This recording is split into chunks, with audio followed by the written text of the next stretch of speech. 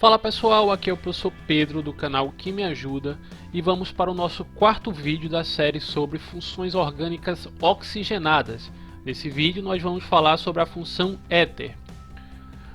Os éteres são compostos orgânicos nos quais o oxigênio está ligado diretamente a duas cadeias carbônicas. Nós vimos já o caso do álcool, em que o oxigênio estava ligado a uma cadeia carbônica, no caso do fenol, em que o oxigênio estava ligado a uma cadeia aromática, e no caso dos éteres, ele vai estar ligado a duas cadeias carbônicas. Inclusive essas cadeias podem ser cadeias alifáticas ou cadeias aromáticas.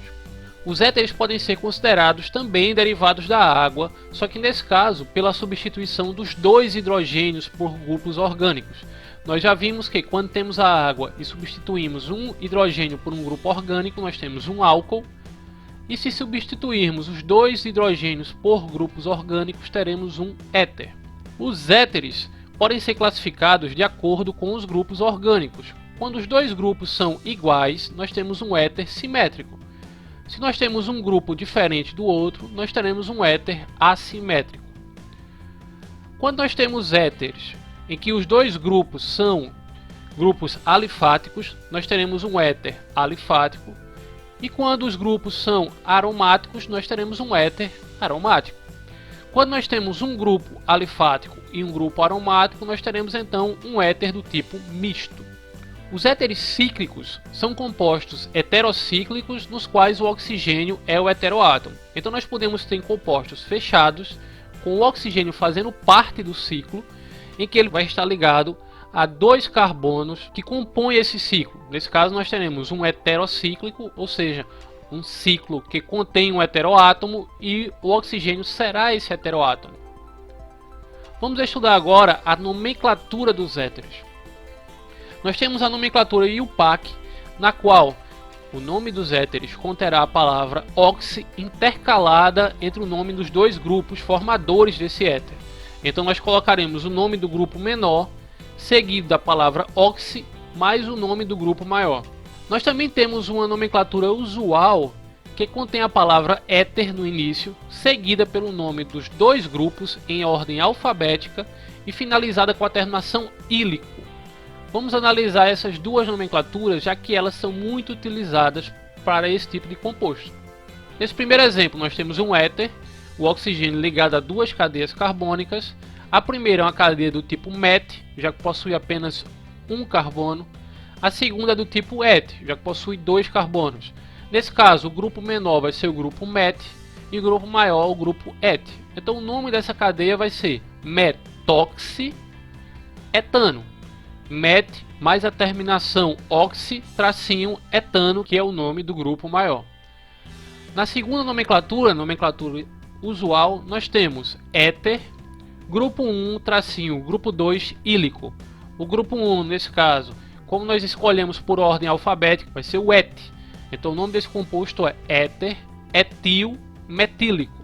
Nesse segundo exemplo nós temos agora um éter simétrico, em que nós temos dois grupos do tipo met. Temos dois metis ligados ao oxigênio. Na nomenclatura nós podemos chamar eles então de metoximetano. Nós iremos utilizar na nomenclatura IUPAC o nome do grupo menor. Como os dois têm o mesmo tamanho, será o mesmo nome. Então nós teremos um metoxi, um metil ligado ao oxigênio, metano.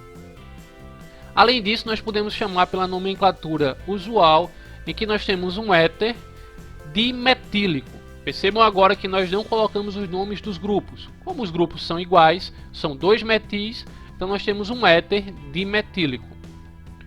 Ou esse grupo também pode ser chamado de dimetil éter. Vejamos agora esse exemplo em que nós temos um anel benzênico como um dos grupos ligados ao oxigênio. Qual o grupo menor? Não será o grupo benzeno, será o grupo met. Então o nome desse composto vai ser metoxibenzeno. E o nome desse composto na nomenclatura usual seria éter fenil. Percebam que aqui nós temos o benzeno agora se comportando como uma ramificação. E nós já estudamos que quando nós temos uma ramificação em um anel aromático é um fenil. Então será éter fenil metílico. O fenil virá primeiro, já que o F, por ordem alfabética, vem antes do M. Então será um éter fenil metílico. Vamos agora para um resumão do que vimos nesse vídeo. Nós estudamos os éteres, que são compostos orgânicos em que o oxigênio está diretamente ligado a duas cadeias carbônicas. A nomenclatura IUPAC dos éteres contém a palavra oxi intercalada nos nomes dos dois grupos formadores do éter. Nós temos também a nomenclatura usual, em que nós temos o nome éter, seguido o nome dos dois grupos por ordem alfabética, separados pelo hífen, mais a terminação ílico. Nesse exemplo nós temos, segundo a nomenclatura IUPAC, o metoxietano, e segundo a nomenclatura usual, o éter etil metílico. No próximo vídeo nós vamos continuar estudando as funções orgânicas e iremos estudar duas funções muito importantes, as funções aldeído e cetona. Até lá!